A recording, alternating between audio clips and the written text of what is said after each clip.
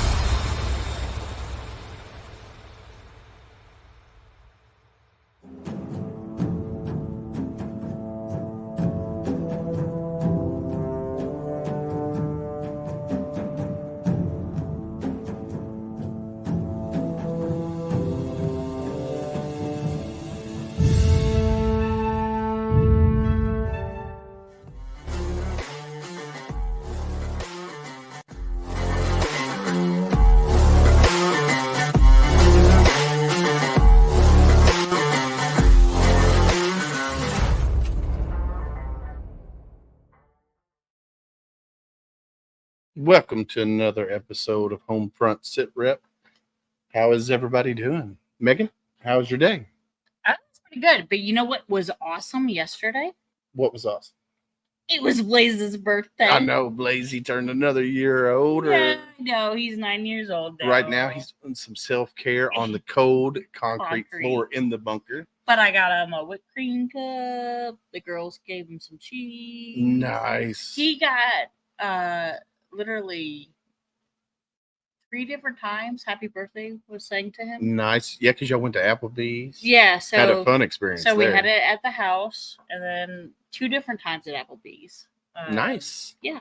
Well, I'm definitely excited. This one's been a long time coming. We've been talking with this gentleman that we got coming on for quite some time and learning his story. He's still active duty in the Marine Corps down in Camp Lejeune, North Carolina at the present moment in time. So we are going to bring on our special guest. I'm not going to call him by his rank. I'll let him tell that story. But we are going to bring on Gunny Draher to the stage. No, you just said you were going to call him by his rank. Dang it, Daniel Draher. Danny. No, so also I have to throw out, like, when we had our conversation, like, it was just like kind of like get to know each other. That was like one of the greatest nights ever. Like, you're an amazing dude. So I'm a Marine first and foremost, and it was instilled into me to use the rank of your higher superior. Unfortunately, I've been out since 2004, so you are my superior. So I do apologize, Mr. Danny. How are you tonight? Mr. Danny, I love it. I'm doing great. I'm happy to be here. I'm happy to be with you guys. Megs, I appreciate that little hat tilt. That was a good conversation that we had, and hopefully we can talk about some of that stuff on here too, because that was a lot of transition stuff and all that. Talking about transition, I dropped the rank thing because I'm trying to get used to this civilian thing. And first Civ Div. Yeah, first Civ Div. So that's a new unit I'm checking into, and I'm trying to learn the lay of the land, and I'm trying to blend in and be the gray man. I hear you there. You're going to go to Camp Couch. I love it. All right, so tell our listeners and our watchers who you are, where you came from, whatever, just a little background. Basic biographical data. Yeah. Well, my name is Danny. I like long walks on the beach and warm weather. Just the basic coming out the gate, like boom. I love it. Yeah, I'm a New York City kid. I grew up, born and raised in New York City, and what part though? I'm from Manhattan. And my in-laws have. All all 5 boroughs. Where's your family from? So my ex-in-laws have a place off of 5th, like between 26th and 27th. Okay, well, Madison Square. All ground that I've walked before. I mean, I didn't have a car until I joined the Marine Corps. Actually, I didn't have a car until after my first deployment. So real quick, can I just throw this out there because I have not shared this story publicly? what's really cool is they live right next to Madison Square Park, right there on 27, 20, 26, 27, somewhere off of 5th. And it was, my daughter's name is Moira by design, because little does anybody know that Officer Moira Smith, which is my maiden name, and we already knew that that would be our daughter's, like our kid's middle name is my maiden name. Officer Moira Smith was an NYPD officer. That was her beat, that area. And she was the only female NYPD officer that perished on 9/11 after going in and out of the Twin Towers 27 times or something like that. And so it was going to the NYPD Officer Museum that I saw the story about her. And Moira was on our list of Irish names. And I was like, that's it. And then the playground that's right there on 5th Avenue near 26th and 27th is now the Officer Moira Smith playground. And that's the one that she used to play on. Awesome. So anyways, so I appreciated a New York connection back around. But yeah, so if you're ever back in town and hop over 5th and 26th, I believe it is the Madison Square Park. Yeah, there's the Officer Moira Smith playground. So. I will definitely go and visit next time I make it up to the city. But getting up to the city these days, snap a picture, send it to me because I love it. I will. Getting up to the city these days is kind of difficult for me. I moved my mother out of the city. Once I moved my mother out of the city, I kind of cut my ties to the city. So I have a lot of still, good close friends, childhood friends there. Even some coworkers and some teammates that live in the city now. But for the most part, we figured we live where our dollar goes the furthest, if that makes any sense. Oh yeah. Yeah, no, and I think that's the same thing. I right before we hopped on, I told you about how I was born in DC. And a lot of my family have since moved away and things like that. I mean, I still have some friends, but I don't go back as much. So I get it.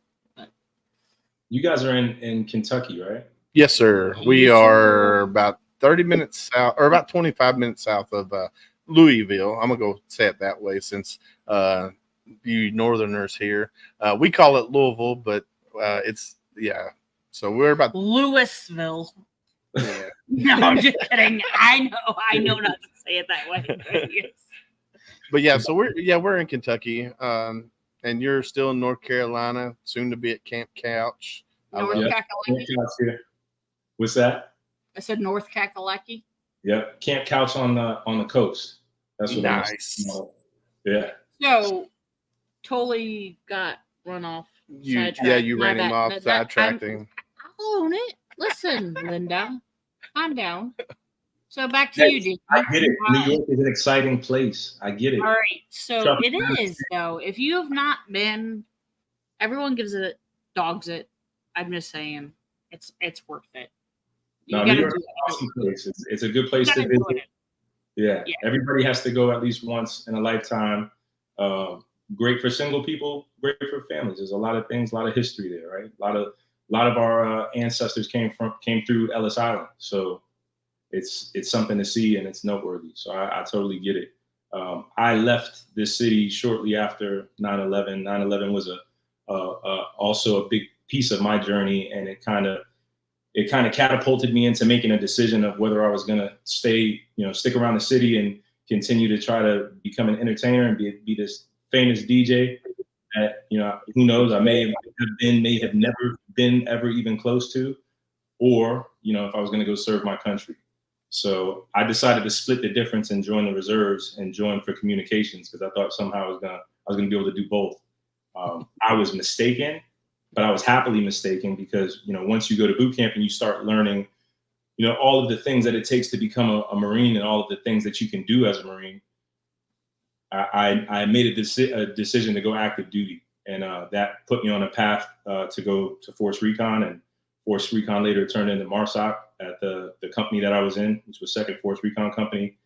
And that's where I've been ever since, and I'll be retiring from there. I've held various positions during my time there, and, been all the deployments, you know, the usual stuff for guys, you know, that you know, my era, the GWAT, that's where we spent most of our time. So I'm proud of that, but I'm also looking forward to the next ridge line. So you said you were reserve, and then what was that transition? Like, did you go reserve, then full active duty, or were you activated? No, well, so both. Okay. So hold on one sec. No worries. Wet my whistle for this one. I told you guys I joined in the reserves. Walk it back just a little bit more. I was going to the Borough Manhattan Community College down on Chambers Street. The day 9/11 happened, our math annex building was one of the buildings that was destroyed partially from one of the towers collapsing. So they gave us this unique opportunity because they ended up using our campus as a triage site. So the unique opportunity was that we could withdraw without penalty. So I decided to withdraw, and I started working at the Gap for a little bit while I got my paperwork together to join the Marine Corps. Was in the delayed entry program for around 2 months, and then I shipped out. I signed up I was going to Borough Manhattan Community College for communications. So of course I signed up for communications in the Marine Corps because, again, in my mind, I'm like, oh, I'm going to go fight the bad guys and, you know, push the fight with, you know, against the enemy. And then when I'm not doing that, I'll be at home DJing at parties, right? Work hard, play hard. There's nothing else, you know, nothing better than that. Like I said, I was mistaken though. You know, when I got to boot camp, I realized that that's not, if you want to maximize your service, you know, the reserves has its place and it has a role, right? If you want to go to school, if you have another job, you can do both things and you can do them well, extremely well. I just decided that I wanted to go all in and fully commit to the Marine Corps. So my path in doing that, I checked into my first duty station, which was a reserve unit out in Amityville, New York, 6th Communications Battalion. And I told them that I wanted to go active duty. And the first response I got from the first sergeant was, yeah, so does everybody else. Just hang out and do a couple drills and see how you like it, right? Like, let's see how this unfolds. And then you make your decision from there. 2 drills later, we got orders and we were activated to go out to the invasion. So that was my first deployment. As soon as I came back from that trip, I told them again that I wanted to go active duty. And they're like, all right, you must be serious now if you're coming from a deployment, right? Like, now I got to see how the reserve works, how a deployment is, right? Working alongside active duty.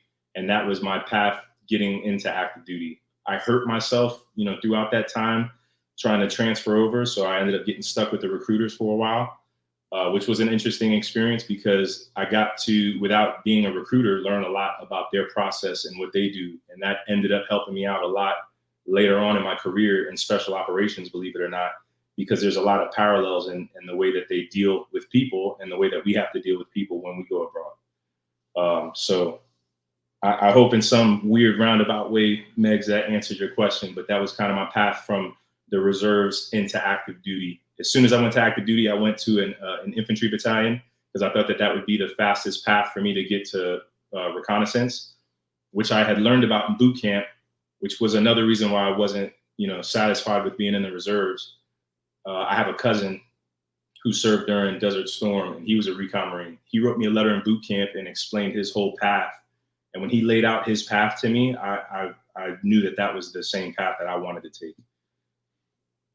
I think that second half really kind of put the like there's a comma and then the second half put the period on it, you know. Yeah. So I appreciate that, you know, because I know I was a reservist and then I did a lot of what they call ADSW work, active duty for special work, and I kind of toyed with trying to re-volunteer and be active duty or something like that. So, but no, that was a great way to put it. So yeah. So you said you went recon first. Now the Raiders, which is the unit you're with now, just recently got reinstated. I guess it was a few years back. I forget how many years, because I know the Marine Corps at one time had disbanded the Raiders, and all they had was Force Recon, which at one time Force Recon was, I want to say, battalion level, and then they moved Force Recon to their own. Made them their own, basically, special ops group. And then the Marine Corps Raiders came back within the last, I don't know, maybe 10, 15 years, whatever it was. So if anybody doesn't know, the Raiders are equivalent to, say, Delta Force, Navy SEALs, and so forth on the other branches out there. So the best of the best when it comes to Marines or your Marine Corps Raiders. Right below them, not knocking them at any given, but Recon is right below that. Just Raiders are more specialty trained in what they do. So just that being said, right there, this guy, he's got my utmost respect. Now moving forward, there's some legal troubles that you have undergone in the last 4.5 years when we had our conversation, which we've had a couple conversations since our initial conversation. I'm trying to tiptoe around because you're still active duty. You don't have to tiptoe around anything. I think first, let me clean up some of the history that you just gave, just to okay. Get it from my. I was just going to say, you're in it, so I would love to hear your version and break it down Barney style for me, because I'm Army and Coast Guard, so I need a little.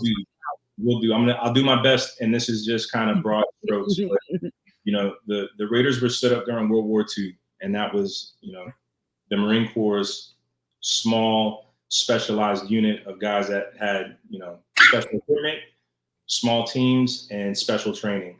And the goal was to do these amphibious raids in the evening time or hydrographic surveys so that other larger landing forces could come in. But essentially, these guys were the tip of the spear that would go out, collect the information to be sent back.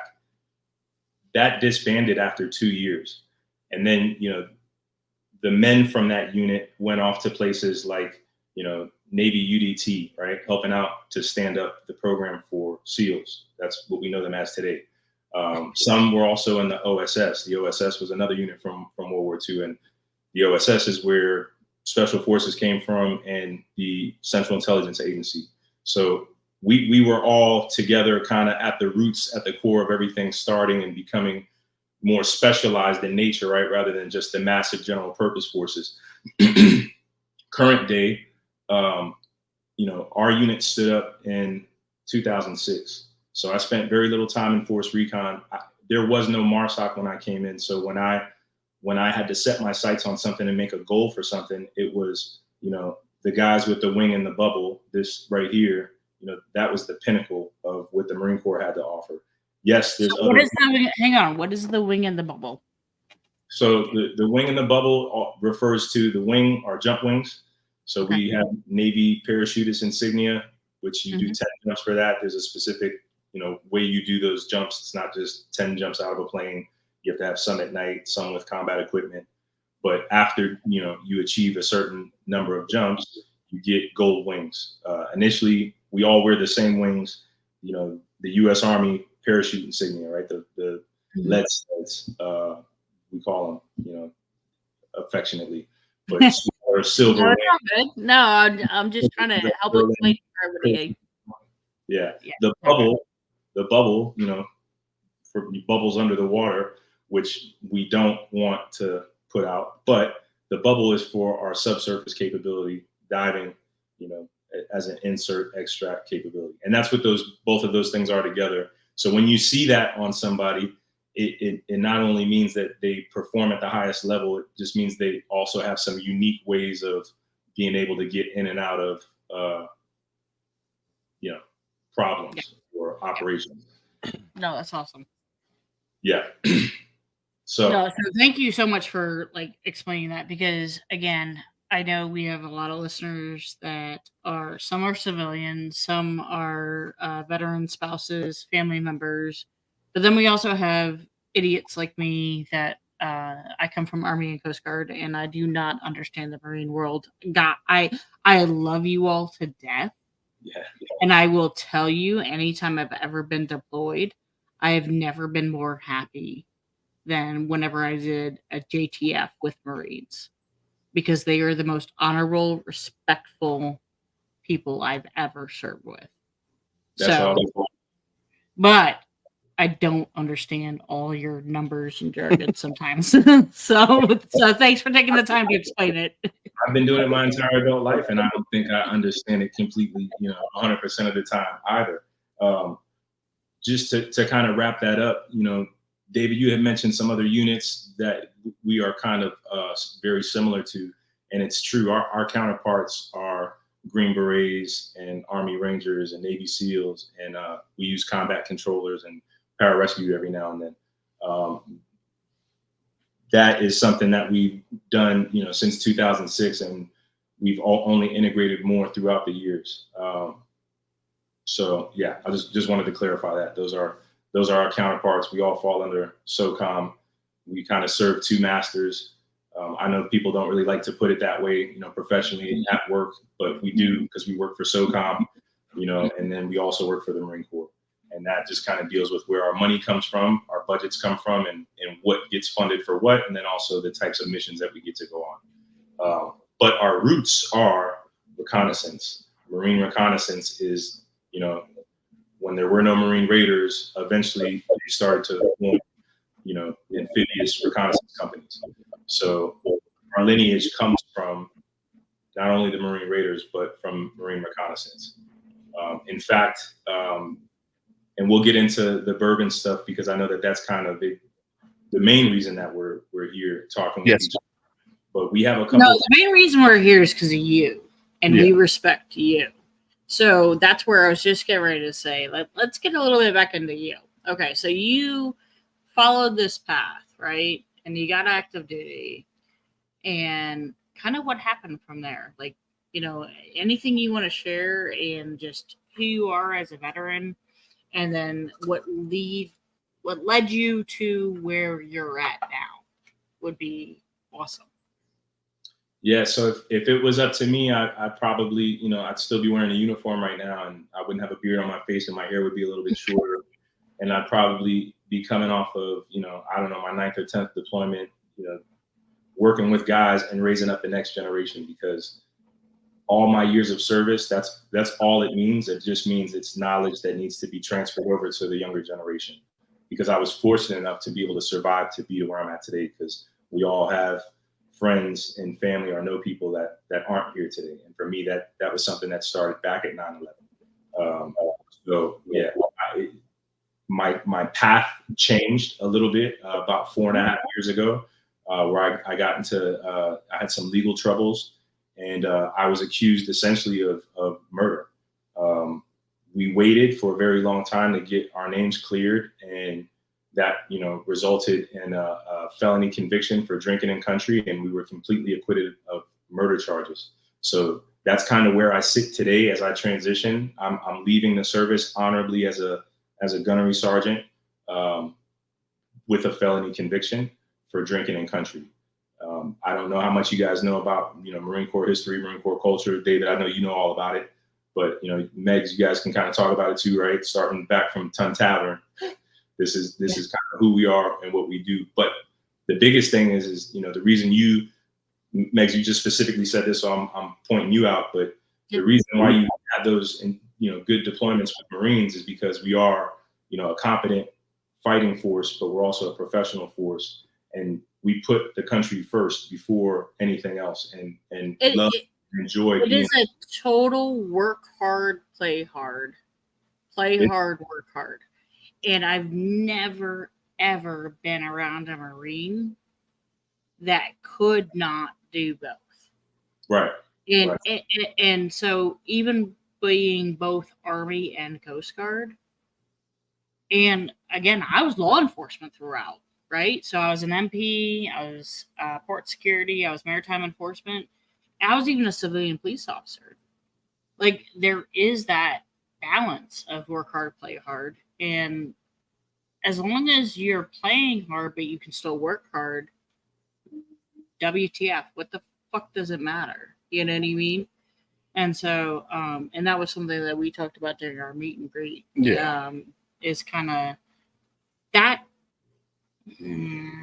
Well, let me say this. So my story is not about work hard, play hard, because there are people who can't. work hard and play hard, right? But that's where the brotherhood comes into play, and you get your brothers back on track when they fall astray from that, right? Because at the end of the day, it's the mission first, right? And then it's the people to get the mission done. And I believe in that. And that's the way that I was raised, and that's how I, held my standards throughout my time in service. But part of the reason why I'm in the situation I am is because there were people that weren't familiar with that whole work hard, play hard thing. They couldn't do both responsibly, and it resulted in some things that everybody's going to have to live with for the rest of their lives now. And I wish it could have been different, but we were out doing the things that we were allowed to do when all of this stuff happened, and there's a court record that backs all that stuff up. But most importantly, despite the betrayal I may have felt of having everybody turn their back on me because I was accused of something, and it was receiving media attention. Right? People can Google it if they want to know more, but I think it's just important to know that we didn't take, because it's myself and two others, we didn't take the route of burying ourselves in our sorrows. We reframed everything, and we used that to our advantage, and found all the silver linings and used that to our benefit. And I do feel like that is why I'm here talking with you guys, because I was able to create, along with my business partners, Alan Smith, who's going to be on the show, to be able to tell his story. But we created something out of adversity, and that's important to me, and that's something that's special to me, and that's something that it's the way that I try to carry a legacy forward, by putting something out there that you can enjoy, that can connect us to be able to talk about things that people typically don't want to talk about. All those conversations that aren't as easily digested, whether it's legal stuff, politics, sex, religion, whatever it is, right? All the things that we used to not everybody wanted to avoid and not talk about, all of those things are at the forefront now. And with those things at the forefront, I wanted to put something on a table for us to be able to come together and talk about without judgment of each other, and to be able to share stories like this and others, right? There's a million things we can talk about, a trillion things we could talk about, but we got to get in front of each other, and we have to be able to, remove our egos to be able to do that. And so this is our contribution to doing that. And and just so I'm not misconstrued, when I say play hard, the military, I'm sure they did it with you in the Marines. They did it with me in the Army and the Coast Guard. They'd give you a safety briefing. Like, for example, if you're going to play hard, quote unquote, it's a drink an hour. You know what I mean? Like a drink an hour, So that's what I'm talking about. I'm not talking about getting obliterated. I'm not talking about getting totally schnockered. Now, did some people do it? Sure. Of course. And that was not okay. But then there was those of us that always respected and towed the line. And we would be there for our brothers and sisters in arms to get them out of a situation or whatever it may be. Everyone makes mistakes. If you think any one person is perfect, shame on you. And let's say that person had a bad fucking day and they fucked up and they drank more than they should. Us as brothers and sisters, we will have their back and get them out of that situation. Again, is it okay? No, I'm not condemning it. Like I'm not condoning it. I'm sorry. I'm going to get my words right. But I'm not condoning it. But I'm just saying, like, we're all humans. But in a situation, and again, not saying too much on your behalf or saying on a whole lot about mine, but what I'm saying is technically, like, we did what we were supposed to do. You know what I mean? Like, we kind of followed, like, I wasn't obliterated. Does that mean I deserve, like, I literally had,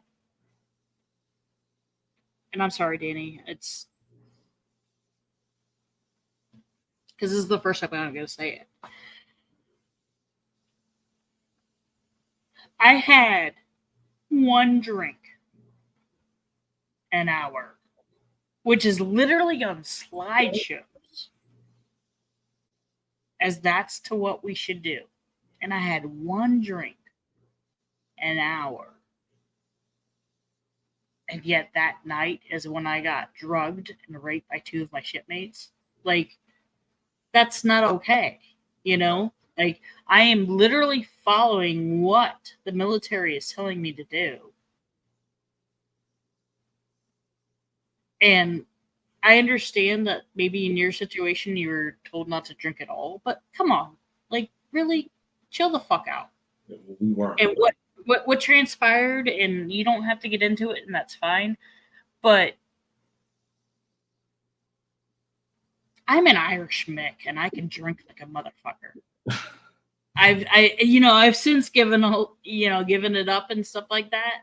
Not because of that. That's a whole nother story. It's a force and all that shit. It's a forest, all right. Yeah, but anyways, I literally did everything I was supposed to do that night per government slideshows.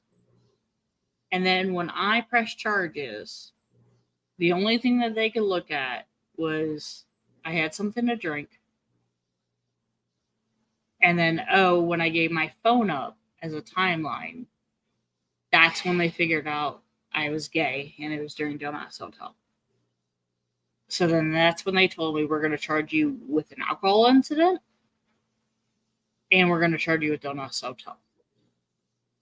Or drop the charges.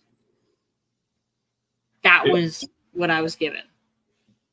There's 2 things, Meg, that I don't understand at all, and it's a cultural thing for us. And you shared that before, and I know that takes a lot of people to share and to talk about, and I appreciate it. And I mean, obviously, other people are listening, right? So thanks for trusting us with that information, because that's your personal, private information. Just like this is the first time I've done it where this will be broadcasted. Yeah, well, I shared it with you personally before, but I think it's important that people understand how much command does not take into a full accountability of the whole situation, right?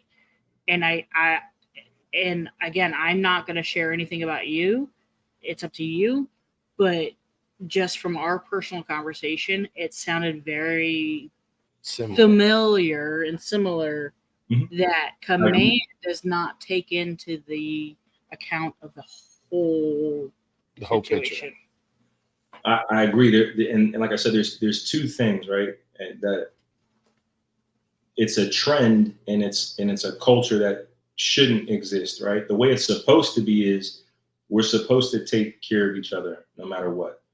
And where I come from, everything we do is based off of life and death. It's based off of combat, because that's the only reason that I exist in the Marine Corps.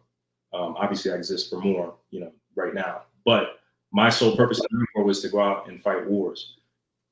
We have to be able to rely on each other. We have to be able to trust each other. We have to be able to take care of each other. And nobody's perfect. It's not that we're not perfect. It's nobody's perfect. So, judgments and ego, they creep into these situations where the first things first, did we take care of the people that we were supposed to take care of? And in your case, that didn't happen. And I'm sorry, because, basically your mates let you down. And I understand what it's like to be let down and to feel that betrayal and all of the other emotions that start to come along with it. The other conversation, though, that I wish the military would engage in more, especially because, we join when we're kids, right? Our frontal lobe isn't even fully developed yet. I wish the conversations would be centered around moderation and how to use things that way versus zero tolerance, zero defect, this Puritan mentality of, do as I say, not as I do, but definitely don't do this. If you do this, you're that. And that takes people's ability to have a second chance, which is where you start to learn things. I can't tell you how many things I've learned in the last 4.5 years. And I've had a career full of learning lessons. But so much stuff has come to me in the last 4.5 years, and it's all been good information.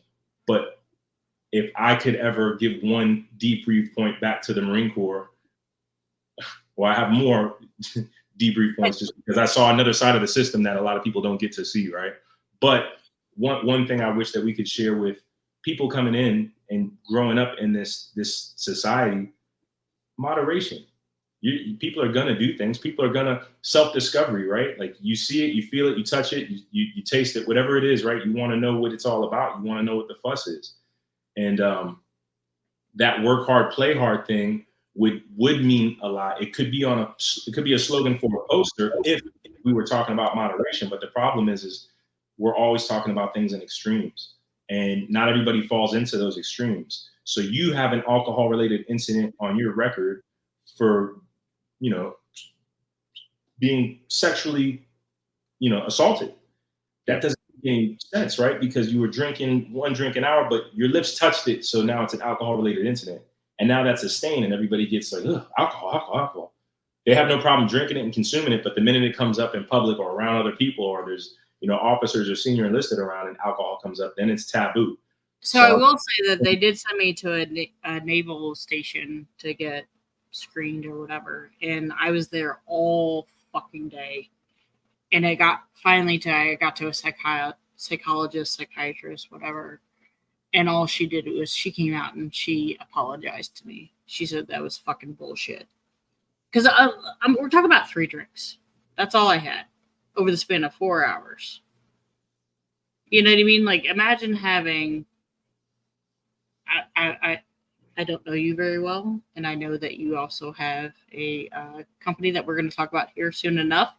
But imagine having 3, over 4 hours, And so, and again, I'm not trying to make this about me or anything like that, but what I'm also trying to bring up is how command did not have my back, and how in your situation it's a little bit different as far as I feel like you as battle buddies stood up for each other and you stuck together, whereas mine went like ghosted.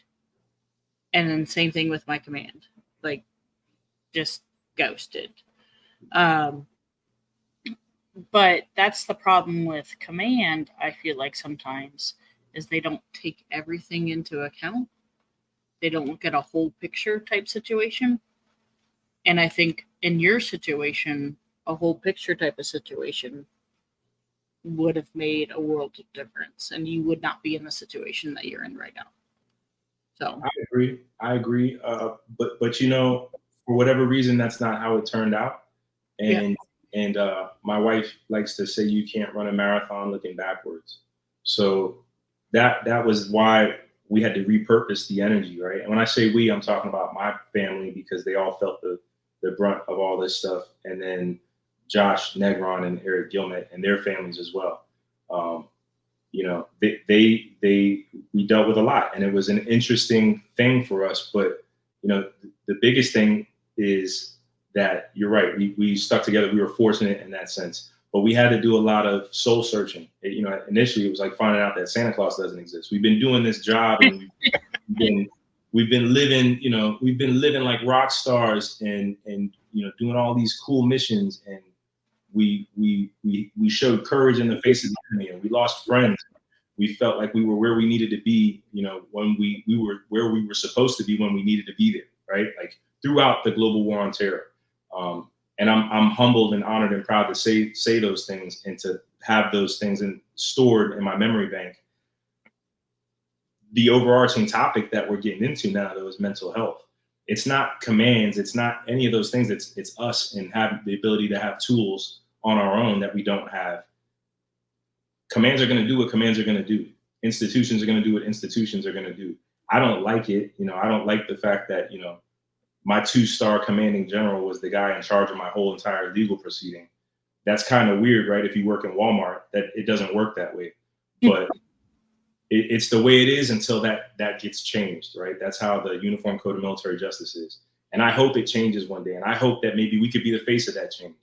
But I have a lot of hopes and aspirations. That's what got me to where I'm at, and all the ups and downs. But you're starting to talk about mental health now, because you can't control what anybody else did, but you can control your thoughts, your feelings, how you reprogram, the things that you do from the day to day, and the things that we do to make ourselves feel better, or to work through things, to process through things. That's another thing that we're gapped, but we're stronger together, and you can't do it alone. Pain shared is pain divided. Joy shared is joy multiplied. That's the, that's the thing that we should be focused on. Things should be centered around that. The rest of the world, that's all white noise. It's going to be what it's going to be. Somebody might throw a brick through my window right now. I hope not. I mean, I don't live in New York City anymore, but you guys know what I'm talking about. No, 100%. And like, I really appreciate you saying that, like, because it's true. So here's the thing: is you went through some shit. I went through some shit. Willis has been through some shit, and we've all been through some shit. And we're making the choice that, despite our shit, we want to move forward and try to just be better people, and then help other people, in the process. Like, here's what happened with me, here's what happened with you, here's, like, I think it's important that, and this is where I love the veteran community especially, and same thing with the law enforcement community, is people think the thin blue line is about covering up shit. It's not. It's about having each other's back. Because everyone can Monday morning quarterback whatever the fuck, right? I'm sure you got Monday morning quarterbacked about, oh, you should have done this or that instead. I was Monday morning quarterbacked about so many things. But I just think it's important that we're like, hey, you're not alone, and we got you. Like, whatever it is, just I'm available, I'm open, and let's talk. Like, talk it out. So. Yeah, I mean, that's the most important thing that we can do. It's about forming the right circle. It's not just about having a circle around you. I was known to be a pretty social guy, and I've been around for a bit now, so that time, it equals exposure, right? So I've been an instructor in front of students, so I have all of these other faces now that know my face and know my name. So when they hear stories, their ears perk up, right? But knowing a lot of people means nothing, right? Like, it means nothing if you don't have the right people around you. And that was another silver lining thing for us, is we had to really, narrow down our circle. Some people volunteered to leave the circle on their own, and that's fine, right? Like, people have to do what they have to do for them, just like I have to do what I have to do for myself. There was a time where I was bitter about all of it, and I was bitter about people and things that people would do. Now I understand sometimes that people just don't understand. So it made me form a tighter bond with my family, with the other two guys. And then I've been fortunate to have other people come into my life, like you, David, and some others too, right? So it all, things work out in the end, but people always say that from the other side, or people never deal with any adversity and they still say those things because they saw it on an Instagram post. The reality of it is, if you persevere through something, you're gonna get somewhere at the end of that, and it's gonna be a better place than where you started, because you learn a ton along the way. No, so you literally hit the nail on the head. It's one of those things that there are times where people will be in your life, and they're there for that, and that's great.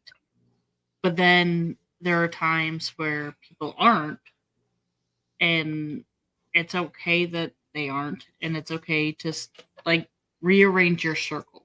Like, kind of is what I got. A circle is a fluid, like, shape, right? You know what I mean? So circles get bigger, larger, whatever, but it's constantly fluid, right? And that's something I've had to learn, that there are people that are, sometimes my circle is this big around, and then sometimes I'm fortunate enough that it's this big around.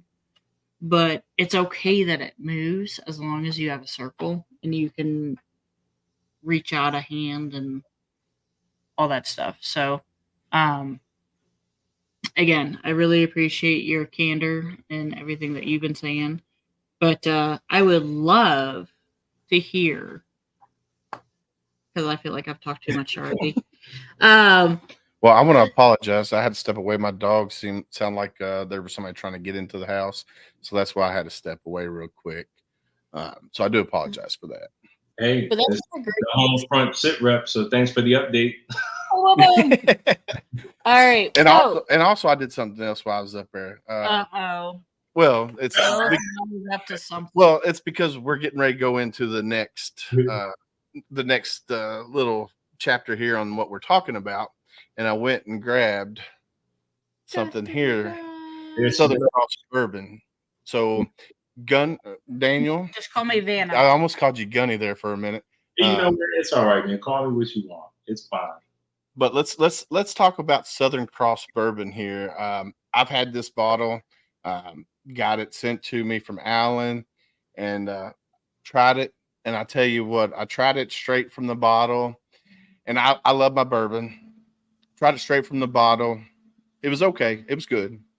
And then I put it on ice, and it was even better. I was like, man, I could sip on this all night long. And as you can tell, I've taken quite a bit of it already.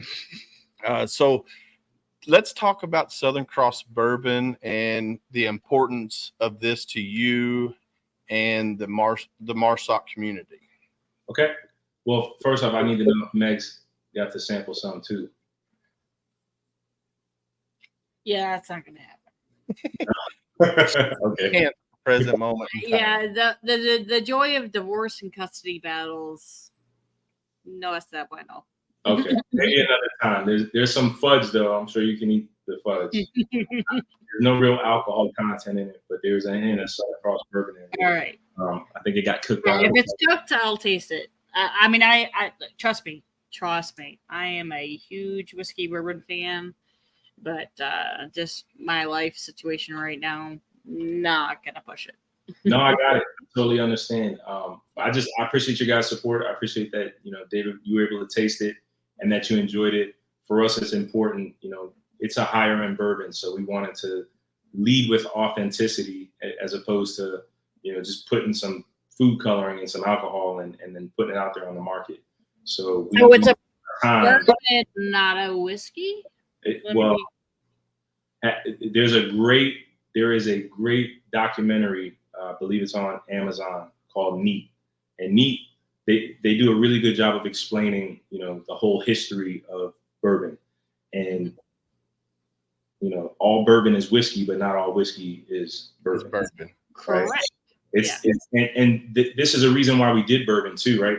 This is the true American spirit. There is no other, regulated by Congress, like no other. You can make things here in America, but it's like champagne should come from France. Scotch should come from Scotland. Yeah, it's a region. Comes from America. So, being patriots, it made sense to do bourbon. The Southern Cross, which is a constellation in the Southern Hemisphere, that was used by, our fighting forces in World War II to find their way home. They used that to navigate because there's a way that you can use those stars and then you can basically, bisect those stars and they will point to true north. So you can use that as a navigational tool. So between having a navigational tool and having the old American, frontier medicine, Southern Cross, may you find your way home. That's our conversation. That's our contribution. That's what I was talking about earlier.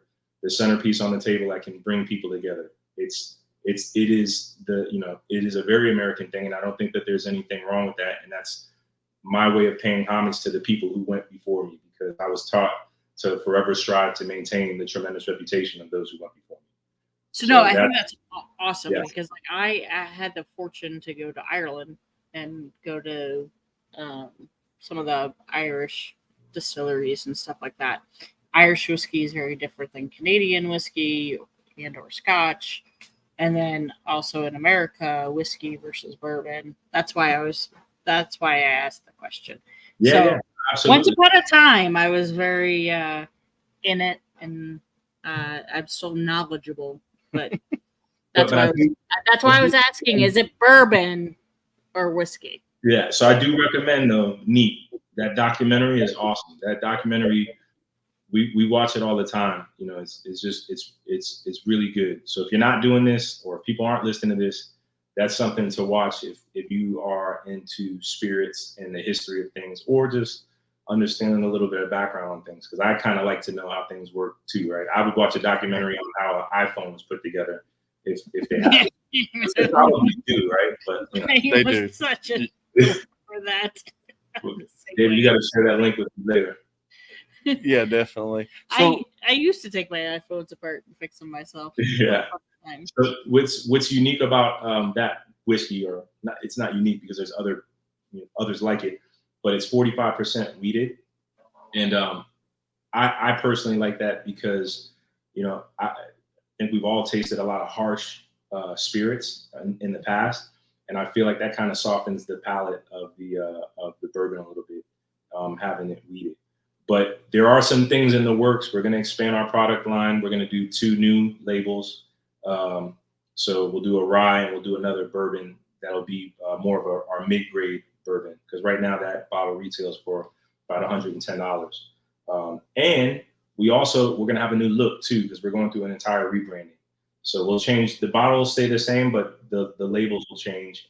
And you guys will start to see Crooks Distillery pop a little bit more, since that's the parent brand, and we're going to push out some additional products.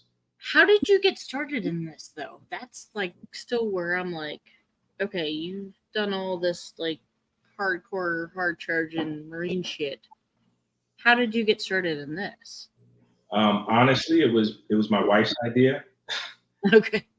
We were just kind of talking about, hey, what if we had our own thing, and we started learning about bourbon, and we started talking about it because, it could have been a tequila, it could have been a rum, it could have been a vodka. Yeah. But like I said, knowing that that's the old frontier medicine. Merca. It's that's the thing. So we figured bourbon, and then I floated that idea by Alan, and he was like, oh yeah, I've done stuff like this before. Like, Alan is you guys are going to meet him, you guys are going to love him, you guys are going to talk to him. He's got an interesting story, but for anybody out there who listens and to him talk for 5 minutes and thinks that that's like just a normal person, he's not. He's an extraordinary guy, and he's got a crazy background, and he's done a little bit of everything. So of course he knew about bourbon and how to get it done. So right. He really helped us, square away the logistics of everything and turn it into a real company. And that's what we're trying to nurture and continue to develop and grow. Now it's 4 of you, right? If I'm correct, that are part owners. It is. Yep. It's our family business. So this is pretty much the first generation at this Crooks Distillery thing, which is a virtual distillery, in hopes of it becoming an actual physical location one day. But yes, that's what I was getting ready to ask you as well, because so it's a source bourbon. You guys source your bourbon from Indiana, if I remember correctly, from talking with Alan, and you source it from Indiana, take it to North Carolina. You have a master blender. Yep, all of that stuff that we do here in the state, and then eventually we'll pull everything into the state. Whether we have our own brick and mortar or not, we'll put everything here in the state. But the team is myself, my wife, Destiny, and then Alan Smith and his wife Holly. So we all kind of play whatever role, wear whatever hat we need to wear right now to try to get us up and going. And right now we're in North Carolina, and almost every county in North Carolina, most ABC stores, not every ABC store. If it's at if somebody does not see it at their ABC store, they can request it and have it ordered through the ABC system, and it'll get delivered to them at that store. We also have bottles for sale online through a company called Shared Pour. So sharedpour.com, and then just search Southern Cross, and you'll be able to get a bottle, and that ships to 48 states. So so Shared Pour and all of those, and I know I've got friends in North Kakalaki. Go onto the ABC site, and if it's not at your ABC store, like, I want to see pictures. I want to see that it's there. If it's not there, request it, because this dude's freaking amazing. Like, I love Danny. I appreciate so much how easy it is to talk to you, and anything we can do to support you. But I've got family in North Carolina, so listen, family, that I know that listen. Go to your ABC store and show the bottle again.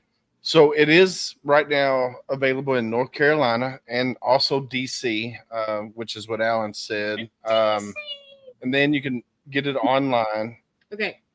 DC friends, North Carolina friends. Hey, Donald Bramer, DC, Southern Cross Bourbon. Go in, and if you do not see it, request it. And then I'm working on something here. I haven't really mentioned it a whole lot. And I don't know the legalities behind getting into other states. But one of my good friends right across the street owns a liquor store. And they bring in specialty bourbon. If you know Russ Smith, he's a basketball player, played for U of L. Then he went to the pros for a little bit. He started a bourbon with his wife called He's got a good last name. Mr. and Mrs. So they had a big specialty event. So I'm working to see what kind of legalities. Maybe I need to talk with Alan on the legalities because I know he was talking about it. And if I can get it where you bring in like a limited, like 200 bottles, you guys come do a meet and greet. I'm sure I just started a Bullitt County Veterans page, which I don't know why we didn't have one for my county. But I started one and we already got over like 200 members in there. So if I posted in there, hey, we're going to have Southern Cross Bourbon here, and then you and Alan and whoever else can sign the bottles or whatever. Like, I think that would be pretty cool to do. But like I said, I don't know the legalities on that, so I'll have to get with Alan and especially get with the owner and let them try this bottle that I got here. I'm sure they'll go for it. So we might be seeing you face to face. I'd love to see you guys face to face. We've done enough face to face virtual, so yes, sir. Set that up. Funny feeling like I'm a hugger. I feel like you give good hugs. I don't know. Like I just like I feel like it would be okay. Like that. My hugs are decent. My hugs are all right. He's I don't know. Like I'm just saying. I just have that funny feeling. He's like, a brain. I see you. I hug you, and you would accept it and give it good hugs back. Yeah, I won't go limp. All right. I'm okay. I've learned through the years. Let's just say I've learned how to take my body armor off and be a little bit more accepting of physical touch when it's wanted, of course. But we're up for anything. You know, we ideally everybody has Southern Cross in their house, and it's a household brand, right? It's here. It's for everyone. There's no division the way we see it. I'm a mixed kid, right? So I grew up in the melting pot. So everything I do is kind of personified from my roots of doing that. Even that bottle's called the New Yorker. We picked it on purpose, and we wanted to make sure we had something that was masculine, but with feminine touches on it, right? Because like honestly, grab the bottle again here. Like this is. So it almost has like similar to like a wine bottle feminine touch, and I love that, first off, it's got veteran owned, right? Okay, that's cool. But everything about it is very masculine, but still, like I said, it's like olive oil, wine, kind of. It's not that nasty square bottle that a woman wouldn't want to pick it up, So I think you all have done an amazing job. And then on the back, this is what I like. I don't know. It says, "May you find your way," and then it's got the constellation on there that you were talking about. I just think, literally, I'm a bourbon guy. I grew up in Bardstown, Kentucky, which 90% of the world's bourbon at one time was made. Jim Beam, Heaven Hill, Maker's Mark, Very Old Barton, you name it. There's, I forget what. Four Roses. 12. I think there's 12 whiskey distilleries in my hometown. And I love bourbon. I don't drink beer. For some reason, I can't. Like, I could drink a 6-pack of beer and be puking all night, but I could drink a 5th of bourbon and be fine. I don't know what it is. Maybe I'm just, I don't know. But when it comes to bourbon, this is probably by far one of the better, or if not best, bourbons that I've had in a long time. And I've tried several, Woodford and Maker's Mark and you name it, Booker. I've had it. I've tried it. Of course, funny thing is, Marine Corps founded in a bar, right?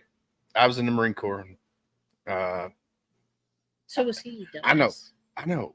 I'm trying to tell a story. Okay. In the Marine Corps, like any typical young Marine, got married like a dumbass.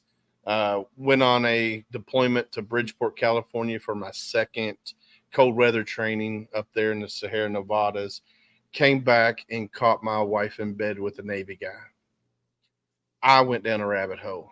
I was drinking roughly about a fifth a night of Jim Beam back then, Black Label, which was my favorite back then.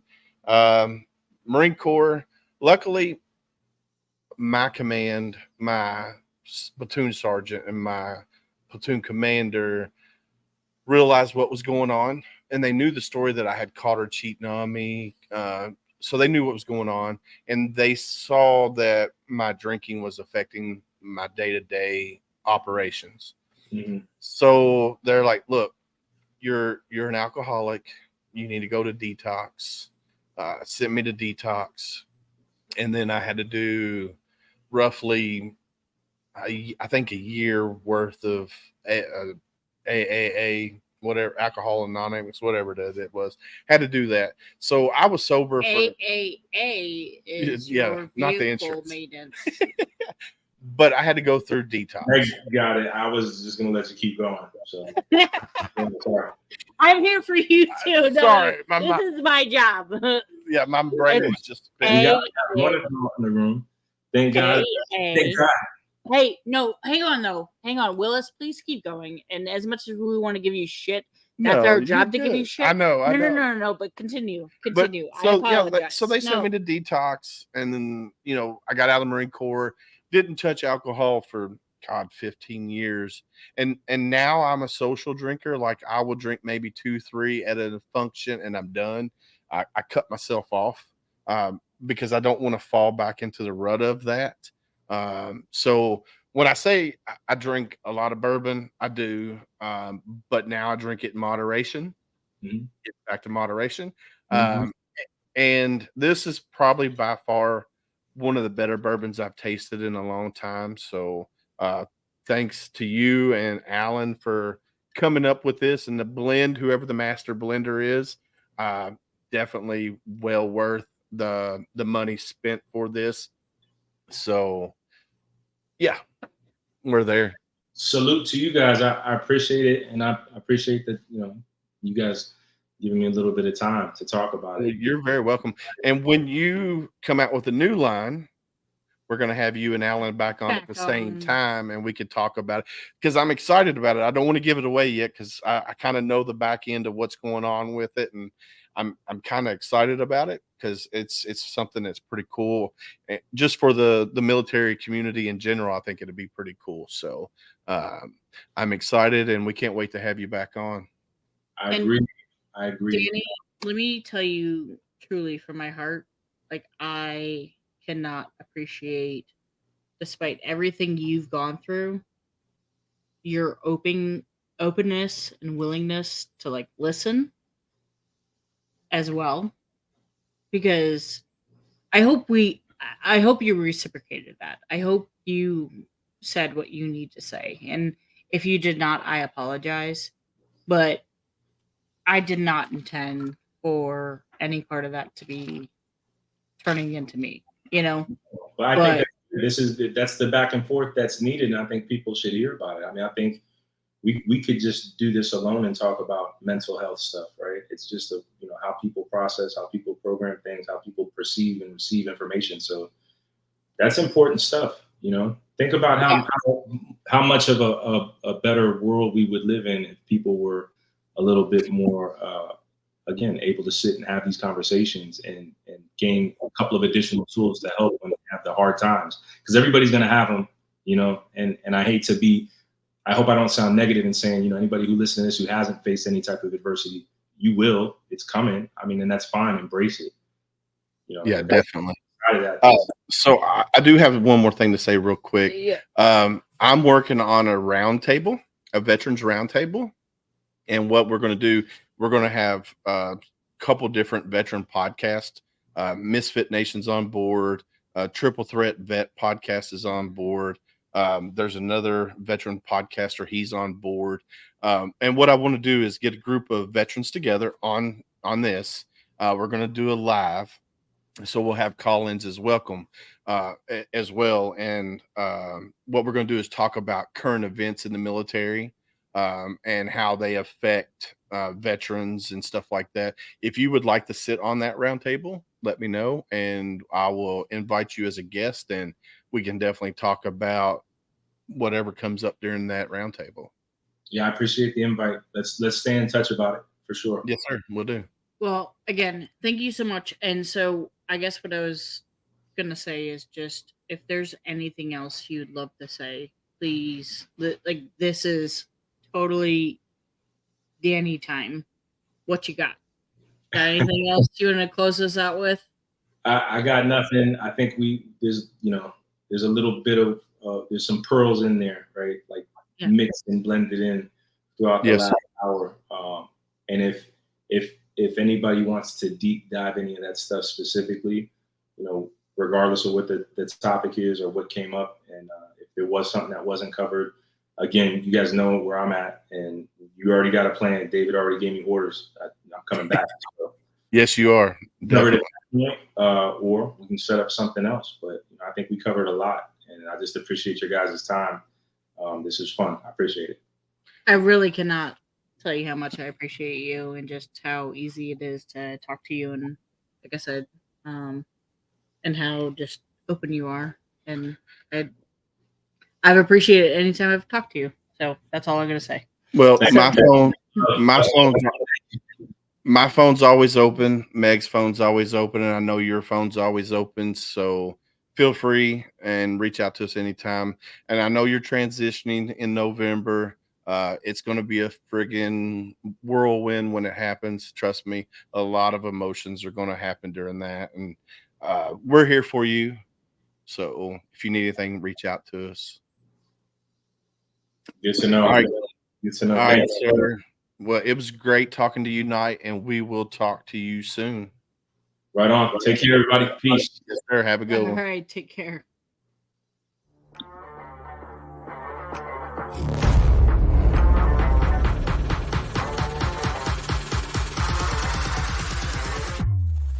Thanks for listening. Suggestions and comments are always welcome. Discrimination will never be tolerated. Cannot wait to have another great show with you all. Don't forget, you can find us on Apple, Amazon, Spotify, or wherever you get your favorite podcast. Stay safe out there. We got your six.